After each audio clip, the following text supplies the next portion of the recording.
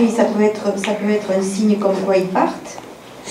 Alors, c'est pas qu'ils partent, mais c'est un bon signe, dans le sens que une des premières caractéristiques que j'ai remarquées, générales, qu'on est en train... Enfin, une réaction qu'ils ont parce que, justement, ils se sentent menacés, d'abord, c'est l'incrédulité et la moquerie. Et voilà, bon, je ne vais pas faire une étude là par rapport à Esdras, mais aussi on voit que quand Esdras a voulu commencer à reconstruire Jérusalem, ils sont arrivés d'abord avec des menaces, donc incrédulité, et après de la moquerie, et après ils se sont unis, bon, etc. Je ne vais pas rentrer là-dedans, j'ai déjà fait une vidéo assez complète là-dessus. Pardon ? Néhémie, non ? Il y a Néhémie et Esdras, c'est la même, c'est les mêmes, ça parle des mêmes choses. Dans Esdras et Néhémie. Ça parle de la même époque, de la même chose, mais d'un point de vue différent.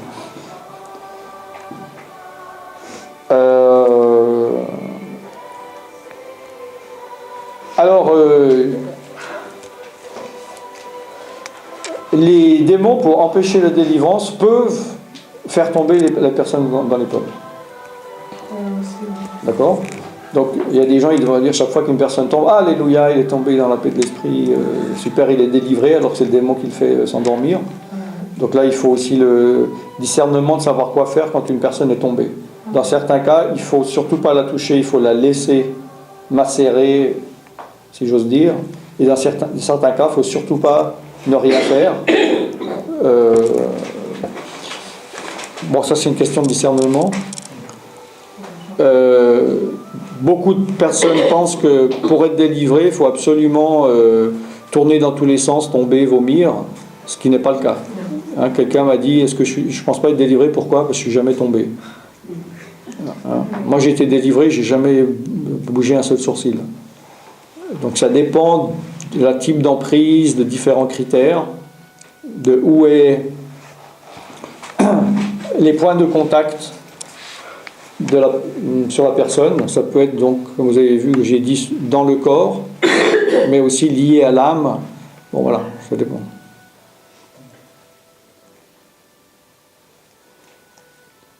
Oui. Moi, je reviens à la question que je vous ai vue tout à l'heure. Ah bon, je n'ai pas répondu ? Non, parce que... Ah, j'avais pas la réponse, j'ai fait diversion. Alors. Voilà, ouais. Bon. Est-ce qu'au moment de la délivrance, on peut faire une onction de délivrance ? Ah, très bonne question. Oui, non, vous avez raison, alors j'avais oublié, c'est très important. Bon, alors bibliquement, est-ce qu'on a vu ça ? Pour la délivrance, est-ce qu'il y a de la délivrance ? Pour la délivrance, il n'y a pas. Bon, alors maintenant c'est de nouveau la même chose, en effet. Moi dans les vidéos, si je mets de l'huile, c'est scandaleux, on n'a jamais vu, c'est pas écrit. Bon.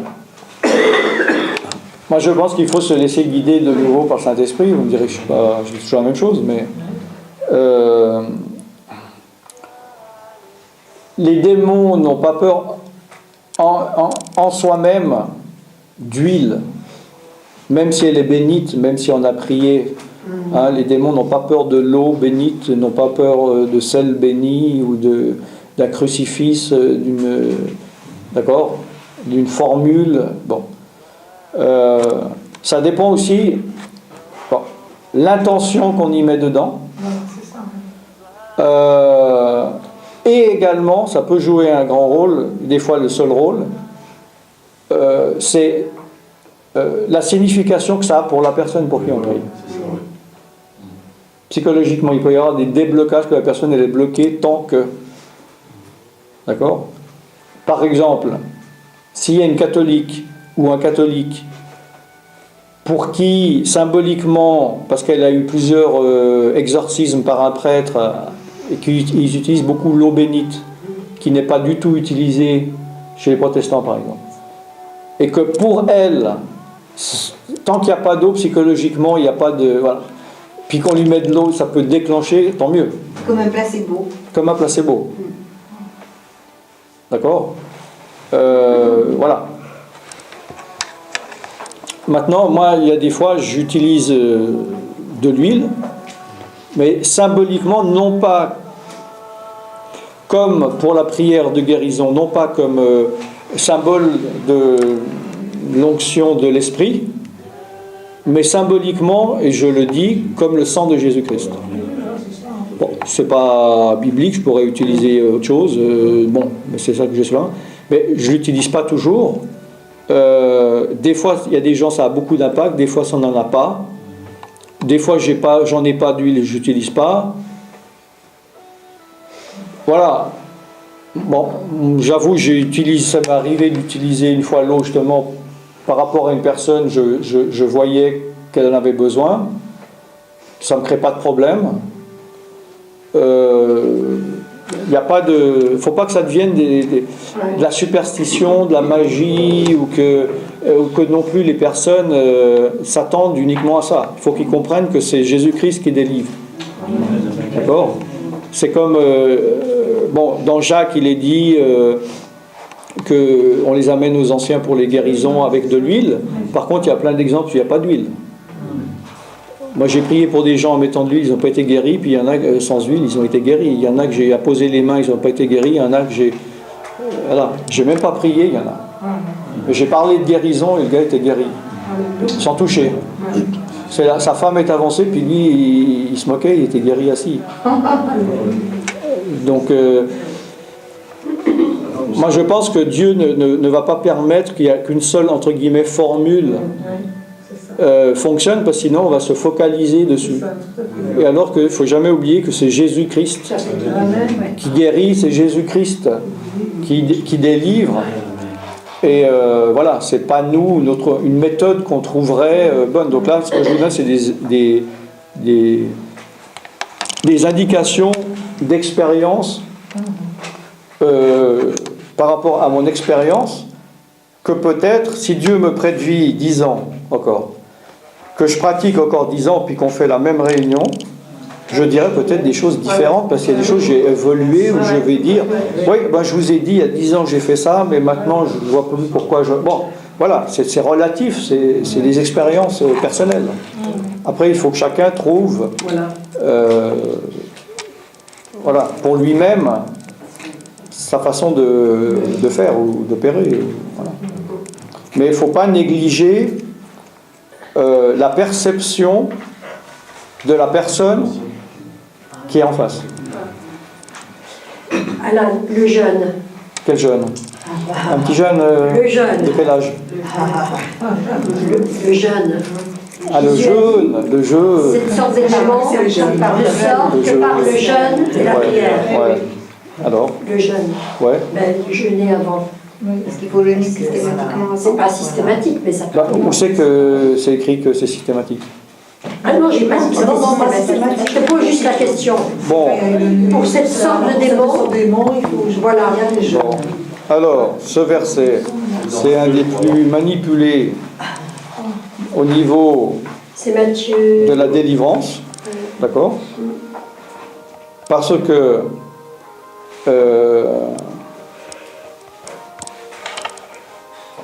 C'est Matthieu 17, je crois.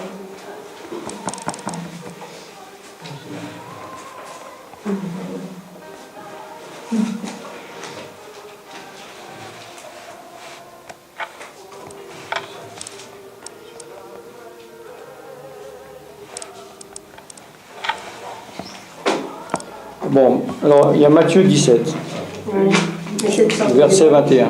Verset 21. Alors, ce verset, il a été utilisé et abusé pour faire des doctrines entières, comme quoi le jeûne est la seule solution, ou est la solution finale et ultime à tout problème dans la vie. Il y a même un livre, c'est le titre. C'est le titre, un livre de délivrance. Cette sorte de démon ne sort que par la prière ou par le jeûne. Donc ce verset est utilisé pour dire que les démons avec lesquels on a un problème, le problème vient que il faut jeûner. Mais si tu regardes de nouveau dans le contexte, à partir du verset 15, il dit « Seigneur, aie pitié de mon fils qui est lunatique et qui souffre cruellement. Il tombe souvent dans le feu et souvent dans l'eau. Je l'ai amené à tes disciples et ils n'ont pas pu le guérir. » Alors là, ça ne passe pas directement au verset 21, Après le verset 16, il y a le verset 17, qui est toujours oublié. D'accord ? Surtout le 20. Alors, race incrédule et perverse, répondit Jésus, jusqu'à quand serai-je avec vous ? Et jusqu'à quand vous supporterai-je ? Amenez-le. Bon, Jésus parla sévèrement au démon qui sortit de lui et l'enfant fut guéri alors même. Donc vous voyez que c'est pas tout de suite d'ailleurs, pour ceux qui disent que c'est dans la seconde. Bon. Alors les disciples s'approchèrent de Jésus et lui dirent en particulier: pourquoi n'avons-nous pas chassé ce démon ? Et là on oublie le verset 20. En général on dit cette sorte de démon ne sort que par le jeûne et la prière. Alors qu'il dit quoi ? C'est à cause de votre incrédulité. Bon. D'accord ? Bon. Donc le problème là, c'est pas parce qu'ils n'ont pas assez jeûné, c'est qu'ils sont incrédules. Parce que tu peux jeûner 30 jours, ça peut ne pas régler ton problème d'incrédulité si tu es incrédule. D'accord ? À moins qu'on pense que le jeûne est un acte magique qui balaye l'incrédulité. Tu comprends ce que je veux dire ? D'autre part, il ne faut pas oublier que il y a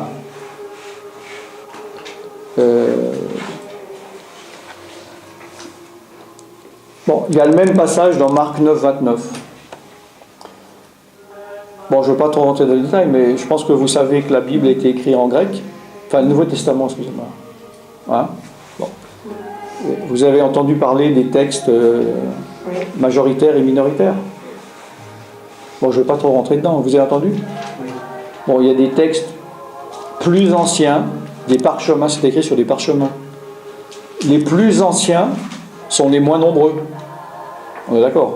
Puis après, ils en ont fait des copies, de copies, de copies. Donc moins ils sont anciens, plus il y en a. On est d'accord. Et les plus anciens sont plus abîmés. Il y a même des endroits, il n'y a pas les mots. C'est vrai. Bon. Alors, les plus anciens, mais qui sont moins nombreux, et où il manque certaines choses, on appelle les textes minoritaires. Et puis ceux qui sont plus modernes sont appelés les textes majoritaires. Puis il y a dans les textes majoritaires, il y a des petites choses en plus. C'est-à-dire que les scribes, ceux qui ont copié, ont dû se dire, ils vont peut-être pas comprendre, ou on veut être sûr que c'est rien de méchant. Par exemple, il y a un verset où c'est écrit, je sais pas, on est purifié par le sang, d'accord, dans les anciens textes. Puis là, ils ont rajouté avec les siècles de Jésus. Ils ont dû se dire le sang, ils vont penser peut-être au taureau, ou ils vont pas savoir de quel c'est son propre sang. Mettons de Jésus. Donc vous voyez, c'est pas méchant. Au contraire, ça peut. Mais il faut savoir qu'il y a des petites différences comme ça, d'accord ? Et là, par exemple, comme il y a dans les deux passages, normalement, il y a des Bibles, des traductions qui sont faites depuis les textes minoritaires et d'autres majoritaires. Puis il y en a, surtout les Bibles d'études, ils vont faire par rapport au texte minoritaire, mais ils vont faire une annotation en disant dans le texte minoritaire, il n'y a pas ce mot. Hein ? Oui. Vous voyez ce que je veux dire ? Mais faut pas. Il y a des gens, ils font une montagne de ça, mais c'est pas. Il y a rien. C'est pas diabolique. C'est pas. Ils n'ont pas rajouté gloire à Satan. Non, c'est vraiment des petites choses. Alors justement, là, bon, apparemment, je ne sais pas lequel des deux, mais dans Marc 29, là, il est dit cette espèce-là ne peut sortir que par la prière. Voilà. D'accord ? Et dans Matthieu, dans la prière et le jeûne. Par exemple, dans les textes majoritaires, ils ont mis aussi dans le deuxième évangile. Alors, si on ne sait pas ça, on peut se dire, dans deux évangiles, il y a exactement écrit le même verset, c'est rare, donc le jeûne est vraiment important. Donc, on peut peut-être s'imaginer ou comprendre que ceux qui ont copié, ils se sont dit, oh là là, il y a dans Matthieu, peut-être qu'ils ont.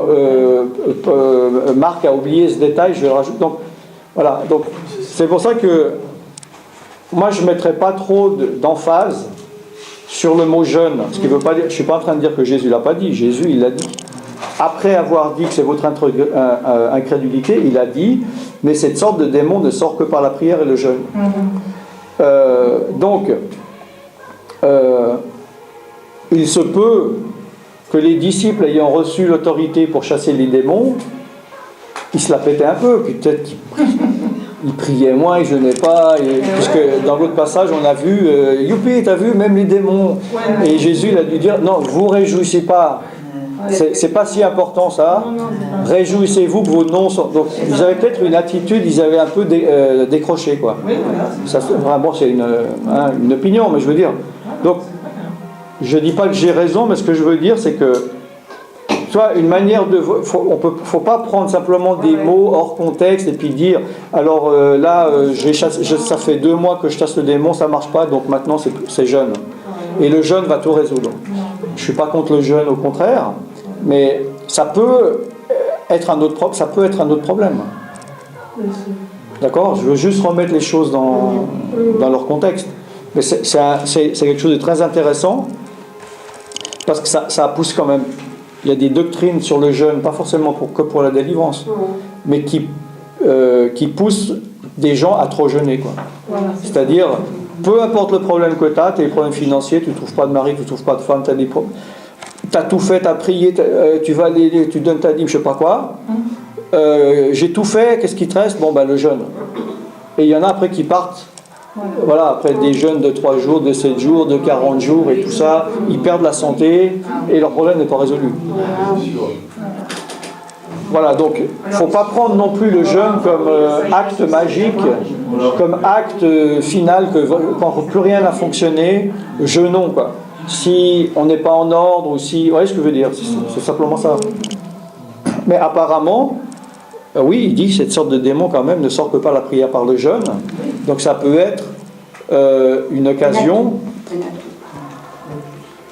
Oui, maintenant, apparemment, selon ce que... par rapport à ce texte, ça serait plutôt pour les personnes qui prient, plutôt que pour la personne pour qui on prie. Parce qu'il y en a aussi qui vont dire...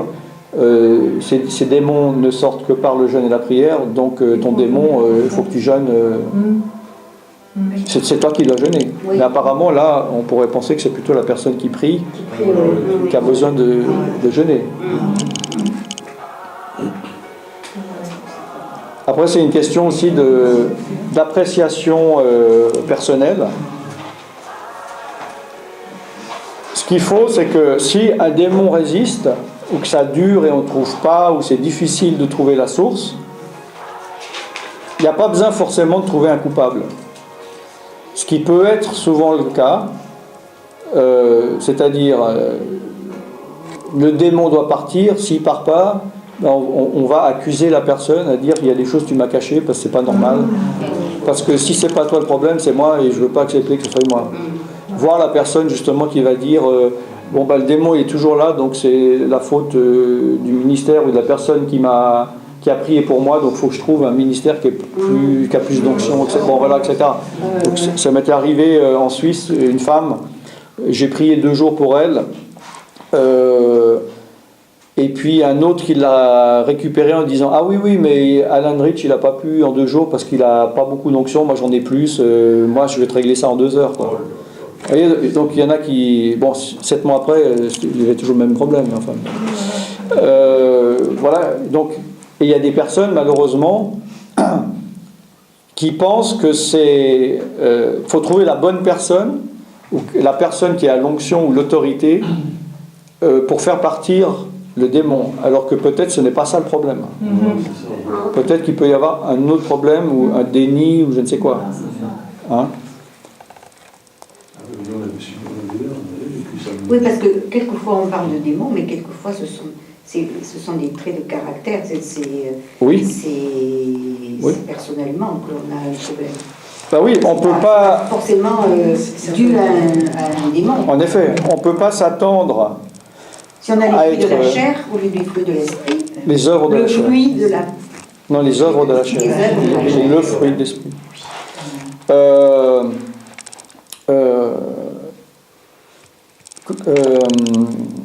Ça, c'est le problème de beaucoup de personnes, je pense que la personne ne peut pas s'attendre à être délivré d'un problème si lui n'est pas correct dans son âme.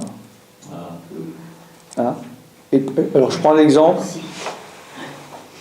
Bon, allez, un homme pour une fois, parce qu'on blâme toujours les femmes. Bon. Un homme qui vit en concubinage. Bon, tu me diras que la femme aussi vit en concubinage, puisqu'elle vit en concubinage. Et puis qu'il n'a aucune intention de changer, mais il sait que c'est pas bien et il vient demander la délivrance.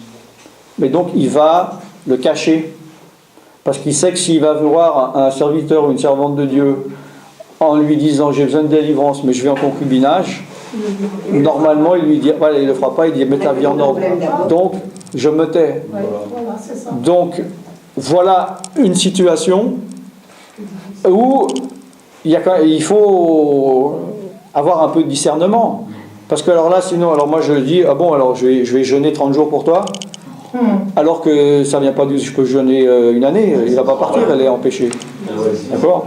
Donc il y a des personnes qui n'ont pas compris, qu'ils croient que, enfin les personnes, elles croient qu'elles peuvent se comporter n'importe comment, les démons doivent partir. Et il y a des personnes, ils me mentent en face.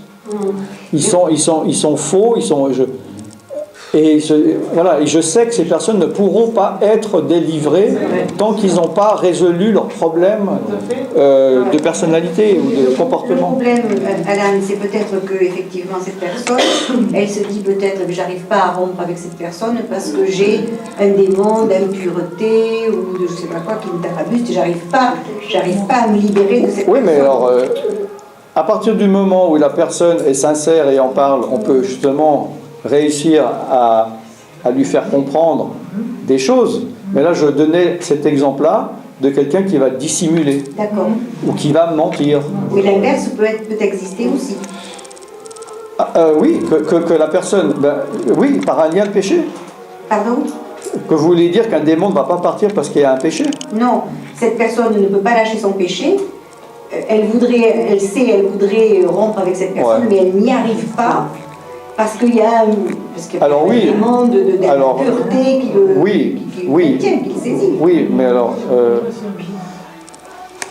là, le problème est à l'envers. Oui, mais... Dieu, ce qu'il attend de nous, c'est une décision.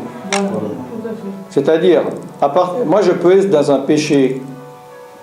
Enfin, oui, pas vraiment, parce que je dis un péché que je contrôle. Le problème avec le péché, c'est qu'on croit le contrôler, mais on ne peut pas le contrôler. Mais bref, je suis dans un péché où je pourrais prendre une décision, comme par exemple, je vis en concubinage, puis de dire, bon, maintenant il y en a marre, je veux obéir à Dieu, bye bye. Bon. Maintenant, si je suis trop sous l'influence de cette femme, ou voire sous un lien spirituel, parce qu'elle a fait de la magie sur moi, voilà, d'accord ? Et que j'arrive au point où je dis j'aimerais bien mais je peux point.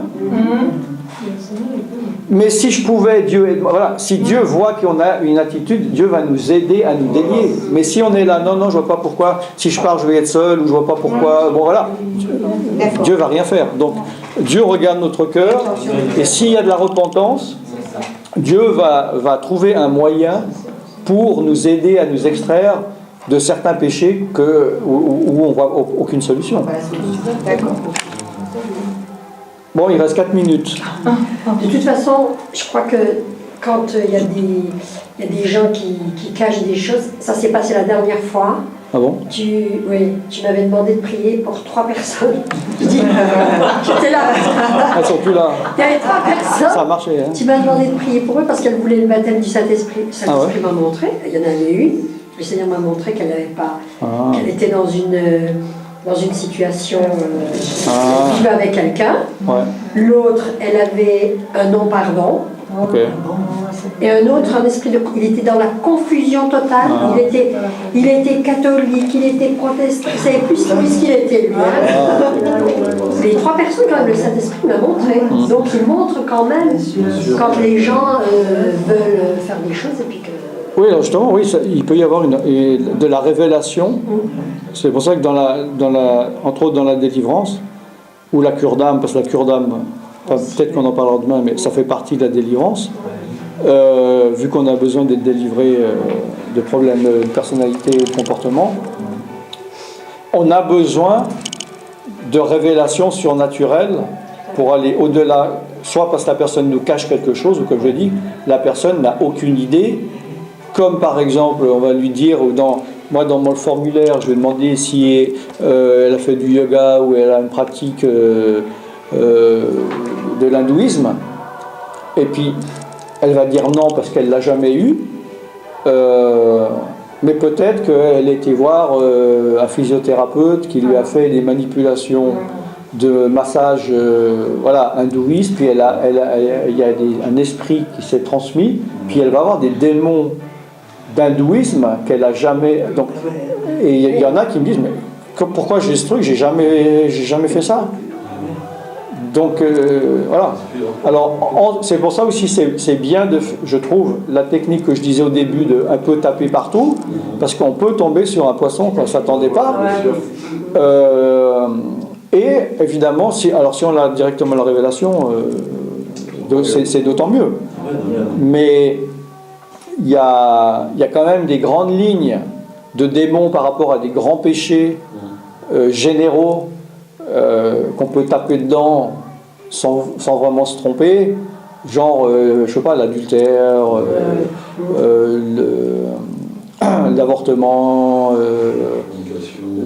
voilà, l'hindouisme ou l'orientalisme, parce que plus ou moins tout le monde a été de près ou de loin influencé par ça, la voyance, le maraboutisme,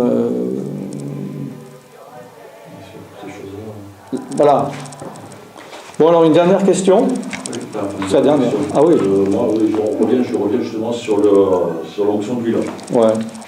Parce que c'est vrai que nous, je ne le cache pas, à la maison, quand mon petit-fils, il y a à la maison qu'il y a des herpès ou tout comme ça sur la lèvre. Ouais. Moi, avec mon épouse, on fait l'onction d'huile, on met l'huile dessus, on prie. Ouais. Le lendemain ou 2 jours après, ça y est, il n'y a plus rien. Ouais. Et même la mère du petit, elle s'étonne. Et souvent, on le fait. Ouais. Quand on avait fait aussi des mois. C'est biblique. Je l'ai fait sur notre fille, la grande, la Sylviana. Ouais.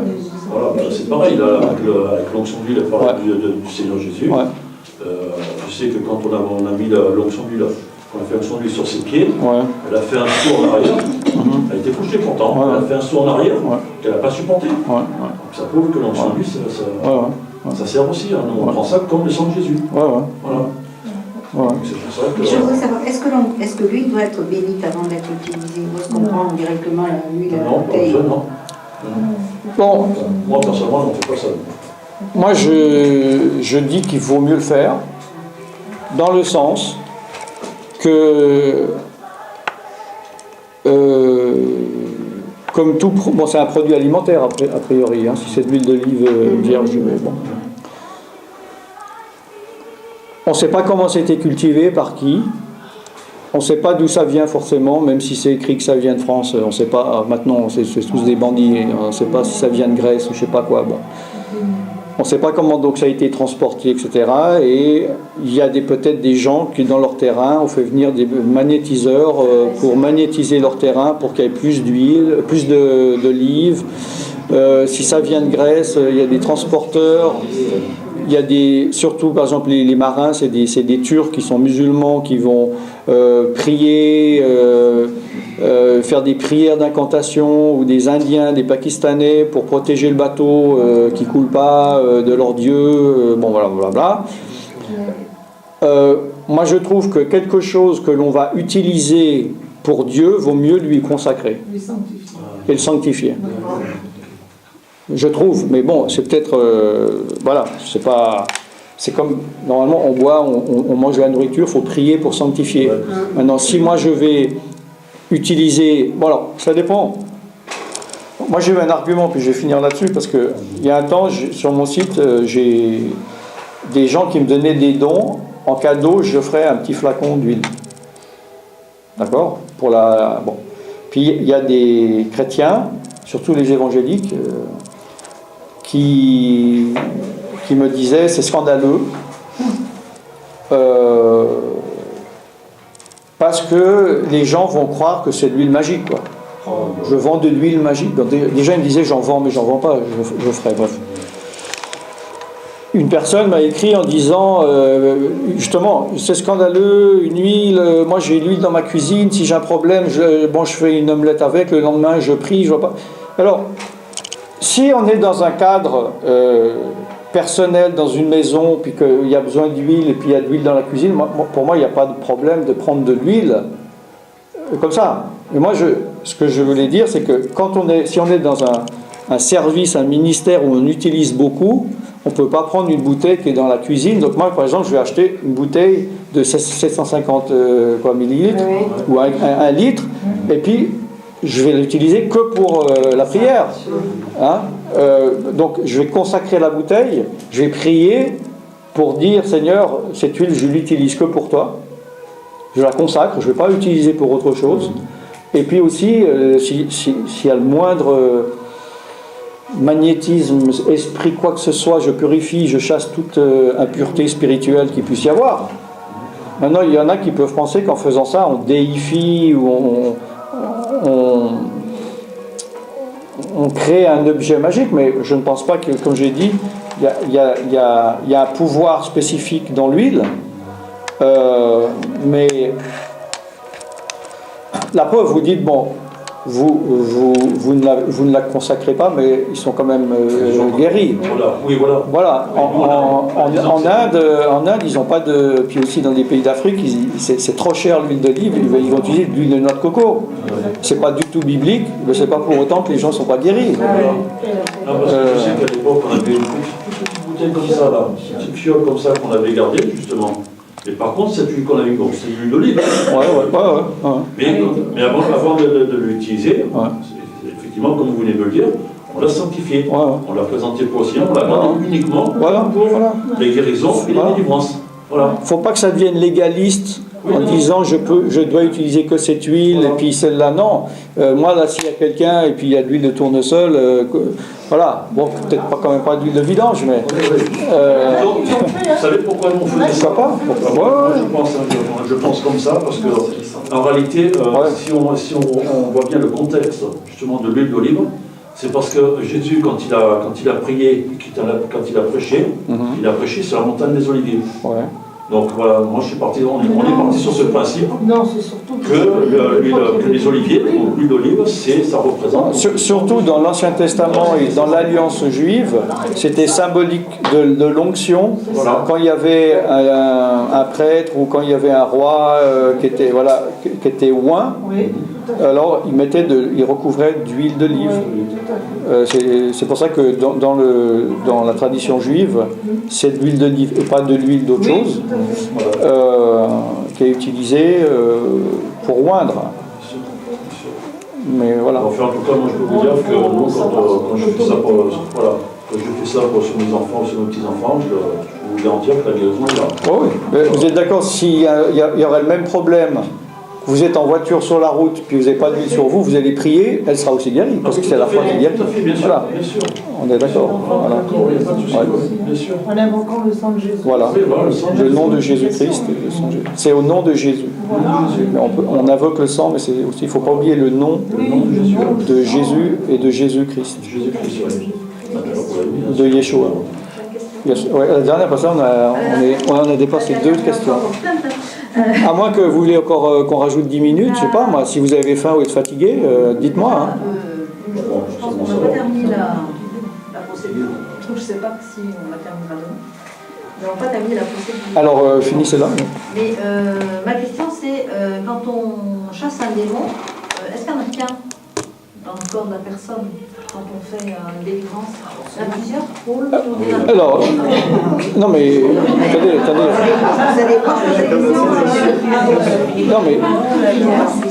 Non mais la réponse, est-ce qu'il y en a qu'un? Oui, il peut y en avoir qu'un. Mais il peut y en avoir 2, ou il peut y en avoir 2000, comme dans la Bible, il y avait Légion, c'était apparemment 2000. C'était chez les Romains. Pardon?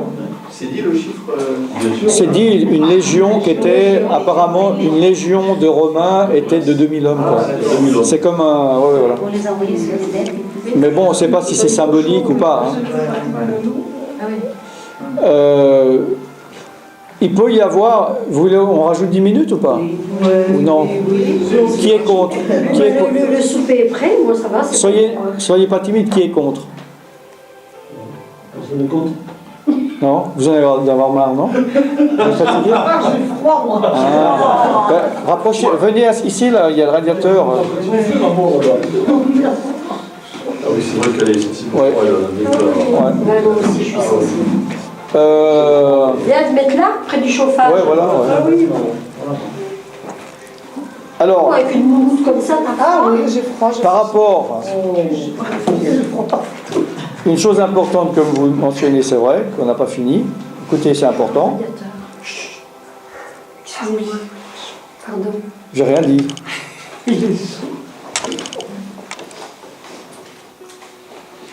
Il y a des démons que on pourrait, moi j'appelle ça qu'on pourrait voir comme étant par couche,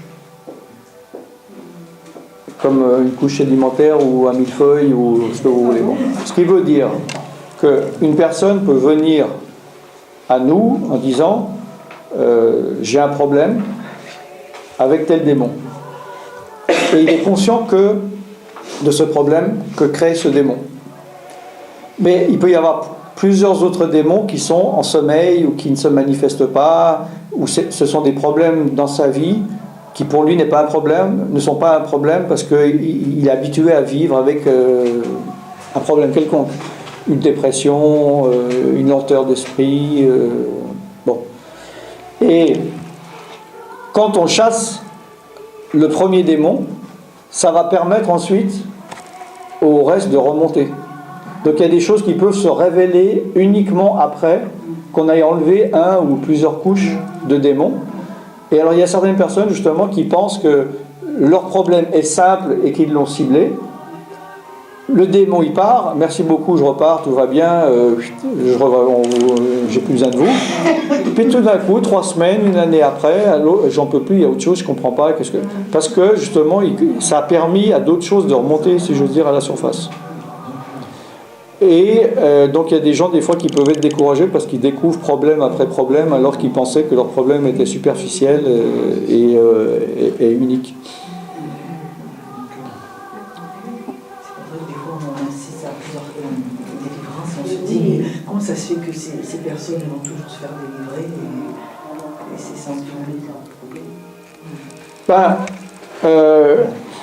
Le problème c'est que les liens, il y a beaucoup de personnes pour qui les problèmes spirituels qu'ils ont sont très complexes. Parce que c'est un mélange de plusieurs racines, de plusieurs sources. Et comme je dis, je ne crois pas qu'une personne d'aujourd'hui, il a le même type problématique spirituelle qu'un gars d'il y a 2000 ans en Palestine qui n'est jamais sorti de son village. Quoi. C'est-à-dire, à ma connaissance, je ne pense pas qu'il avait Internet. Donc je ne pense pas qu'il était dans la pornographie. Je ne pense pas qu'il était dans des casinos. Je ne pense pas qu'il était, surtout en Palestine, dans des trucs satanistes ou faire aller voir un marabout. Donc les gens étaient plus simples. Alors que maintenant, une personne peut avoir de multiples types de péchés et lourds qu'avant les personnes n'avaient pas des multiples types de péchés. Ils étaient dans un truc, le gars en Afrique il voyait un marabout africain, c'était simple. Puis le gars qui était en France, il allait voir un voyant. Maintenant le marabout africain, il est venu habiter ici et le gars d'ici, il est sous l'emprise des démons que son grand-père ou arrière-grand-père n'était pas. Et il y a le chaman du Sud-Amérique qui est là, bon, etc. Donc il y a des mélanges de péchés. Le péché abonde, surabonde. Je pense que les gens pêchent de plus en plus. Donc les délivrances sont de plus en plus profondes. Et moi je vois mal quelqu'un de 30 ans ou 40 ans qui vit être délivré en 3 minutes de tous les liens démoniaques qu'il peut avoir accumulés en 30 ans, surtout si en plus il y a des démons générationnels, des esprits familiers. C'est pour ça que l'idéal, c'est un suivi régulier. Et pour moi, une personne entre guillemets moyenne devrait au moins faire un grand minimum d'une fois par semaine une séance de délivrance pendant le temps qu'il faut, c'est-à-dire quelques mois, voire une année, 2 ans. Et là, il va être libéré progressivement. Et le problème, à cause du manque, c'est que justement c'est mauvais d'aller voir quelqu'un comme moi et de demander la prière une seule fois un week-end et après pendant 6 mois rien faire. C'est pas bien ça, mais comme je dis, qu'est-ce qu'on peut faire d'autre? À moins que moi j'aille habiter dans un endroit où toutes les personnes qui ont un problème ils vont venir habiter près des personnes qui pratiquent. Bon. Parce que dans la délivrance, il y a une progression, une adaptation à se faire à chaque délivrance. On ne peut pas vivre 20 ans d'une manière et dire maintenant en une seconde je vais arrêter complètement, changer une habitude. Vous êtes d'accord? Même regardez la nature de Dieu, rien ne se change en un jour. Il n'y a pas de bouton pour appuyer qui change. Les choses changent avec le temps. Et donc il faut accepter que voilà, on ne peut pas avoir entretenu un arbre pendant 10 ans, puis après, avec 2 doigts, vouloir l'enlever comme s'il était là depuis 3 jours. Quand ils sont sortis. Ouais. Où ils vont? À votre avis? Que dit la Bible? Dans des lieux arides, ouais. Matthieu 12. 43, donc quand un démon est chassé, il va dans des lieux arides et désertiques cherchant du repos. Et n'en trouvant pas, il revient à sa maison, et la maison étant balayée, ornée et vide, il repart chercher 7 démons plus méchants que lui, et la condition dernière de la personne est pire que la première. Donc ils vont... Il faut comprendre, qui sont les démons? Ils viennent d'où? C'est quoi? Non mais c'est qui? Ils sortent d'où? Déchus et déçus. Ils sont très déçus à mon avis, ils doivent regretter. Ils sont déchus et déçus. Bon. Donc, ils avaient... Ce ne sont pas les anges... Ce ne sont pas des êtres qui vivent dans des nuages n'importe où. Chacun a une fonction. Ils avaient un endroit où vivre devant la face de Dieu pour prier Dieu. C'est comme, on appelle ça une demeure. Dans Hébreu, il est dit pour les anges qui ont abandonné leur demeure. C'est pour ça qu'ils ont le sens de l'appartenance. D'accord? Ils ont été créés dans un endroit. Je peux vous donner le verset dans Hébreu.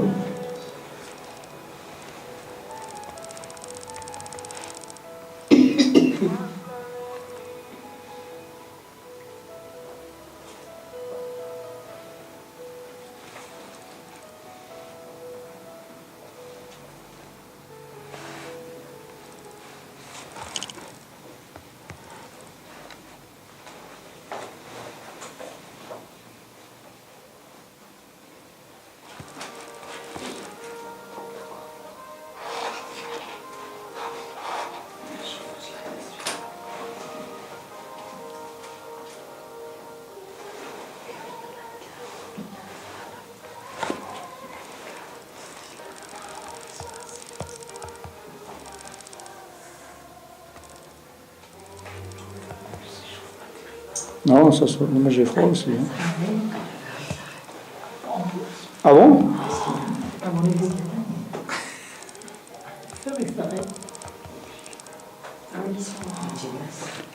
ça. Ils sont programmés.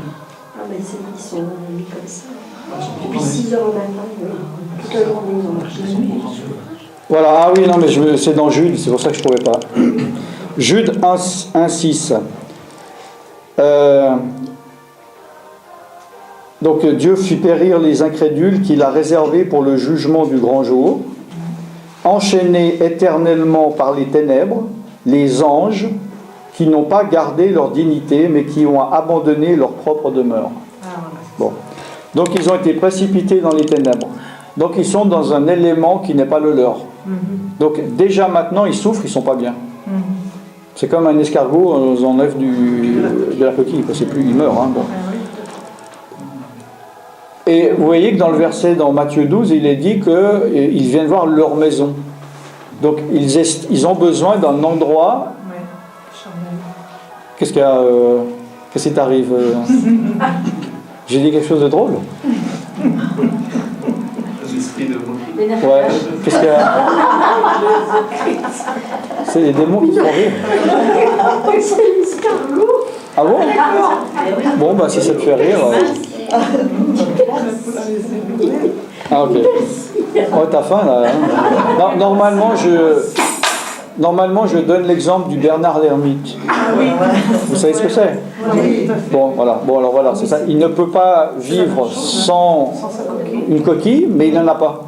Donc il doit aller squatter des coquilles où les gens et les animaux étaient morts. Bon, bref. Donc il faut considérer les démons comme n'étant plus à leur place où ils doivent être, dans la gloire. Ils sont dans les ténèbres, dans des lieux désertiques et arides. Donc ils ne sont pas dans le désert Arabie Saoudite, hein, c'est spirituellement. Donc ils viennent dans les humains, chez les humains, où ils considèrent être dans leur maison. Donc ils ont un moment de répit. Alors c'est pour ça que quand on les chasse, ils résistent parce qu'ils savent qu'ils passent d'un endroit agréable à retourner dans l'endroit où ils ne veulent pas être. Donc c'est normal qu'ils font tout pour ne pas partir. Donc tout ça pour répondre à la question où vont-ils ? Ils vont dans des lieux arides et désertiques. Mais si en effet une fois qu'il est parti, la maison, donc la personne est vide, bien rangée, ornée, c'est-à-dire que la personne spirituellement n'a pas changé, il n'est pas rempli du Saint-Esprit, le démon a le droit de revenir, et en plus avec 7 autres démons, donc ils seront combien ? 7 et 1, 8. D'accord ? Voilà donc pour répondre à la question. Donc il ne faut pas avoir peur non plus du lieu où on pratique la délivrance, parce qu'il y a des personnes qui disent je ne veux pas qu'on chasse des démons chez moi, parce qu'après chez moi ça va être rempli de démons. D'accord ?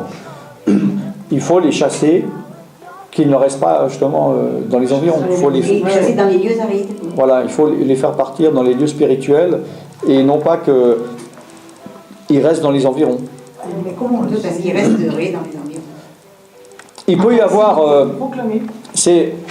moi, c'est arrivé au portique de Salomon où, après avoir chassé des démons d'une personne, j'ai senti leur présence qui était encore là. C'est-à-dire, ils étaient sortis et n'étaient plus chez la personne, mais ils étaient restés là. Et ils se planquent, et j'ai dû les chasser, leur dire je vous interdis de rester ici. Quand on chasse, on les dirait tout de suite. Oui, mais il fut un moment, tu avais oublié et il faut les dire rester dans la maison. Et après, quand ça me revient, je lui dis maintenant, je chasse et je vous jette dans les terres arides. Voilà. Oui, moi aussi, ça m'est arrivé. Oui, ok, vous étiez bénis ? Vous êtes bénis. Qui se désigne volontaire pour la prière de conclusion, avant qu'on désigne un volontaire? Ouais? Ok. Alléluia, Seigneur mon Dieu, mon Père roi. Nous te bénissons et te rendons grâce, Père. Nous te remercions, Seigneur mon Dieu, bien pour cette prédication, pour cet entretien, Seigneur mon Dieu, qui nous a bénis enrichissement, Père éternel. Je demande vraiment, Père éternel, de continuer à travailler nos cœurs, Seigneur mon Dieu, que vraiment nos cœurs reçoivent et retiennent tout ce qui a été dit ce soir, Seigneur mon Dieu.